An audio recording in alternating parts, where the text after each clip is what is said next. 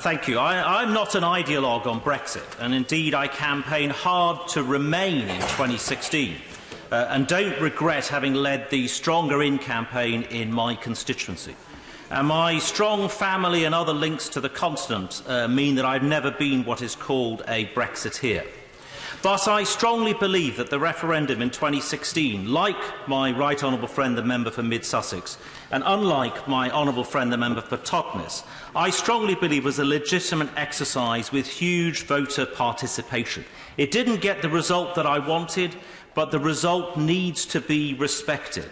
And I have spent the last 2.5 years in the belief that with the right deal, Brexit could work. Indeed, the ability to leave the EU is in the treaties themselves. But my view is that this agreement, as it currently stands, is one of the worst possible combinations. And I'm stating for the first time today that I will vote against it tomorrow night, as the deal currently stands. Brexit is a set of challenges and opportunities, but this deal fails to address the challenges. It kicks the can down the road on EU trade until at least December 2020. It closes down the opportunities. Most prominently, there isn't going to be an independent trade policy of any consequence. Now, some say there are merits. The Prime Minister lauds and promotes some of these. For example, it ends free movement. But for me and my inner London constituents, free movement has never been a particular issue. 11,000 nationals of EU countries in Chelsea and Fulham are all very welcome to stay. One is even my wife. So the Prime Minister's achievement in ending free movement isn't much of an achievement at all for me and my constituency. The three principal reasons I oppose this agreement are, first, that it treats Northern Ireland very differently to the rest of the UK. Secondly, the backstop itself. These have been featured quite heavily. But third, Mr. Speaker, is this, that I believe embedded within the agreement is being in a customs union with the European Union for the long term, not just in the backstop.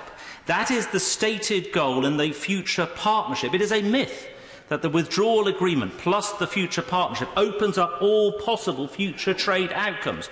No, the economic partnership, quote, should build and improve on the single customs territory provided for in the withdrawal agreement, which obviates the need for checks or rules of origin.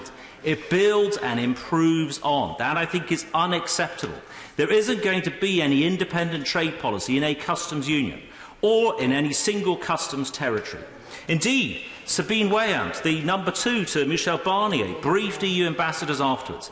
The future relationship requires the customs union as the basis for the future relationship.